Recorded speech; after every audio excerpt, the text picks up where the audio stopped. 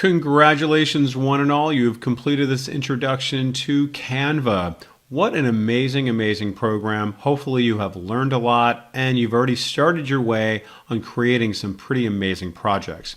But let's go ahead and review some of the stuff that we learned in this class. Well, we did start off by working with the templates.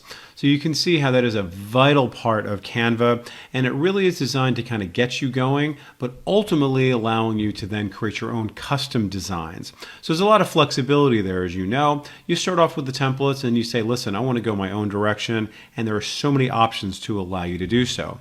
Then, of course, we work with all of our type and our text and all the options available around that, and making sure that we can be very creative and also working with different titles and also the basics of text as well.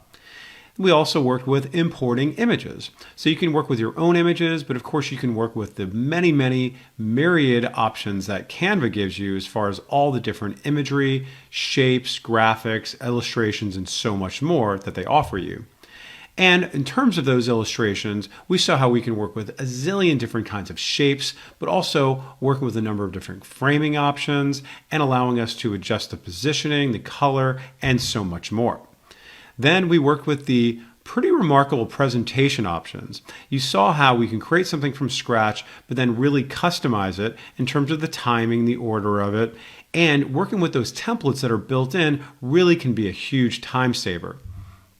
Then we worked with animating. And you can see our animation is just not for presentations, but also for all kinds of different objects, but also for transitions and working with the entire slideshow and even individual objects.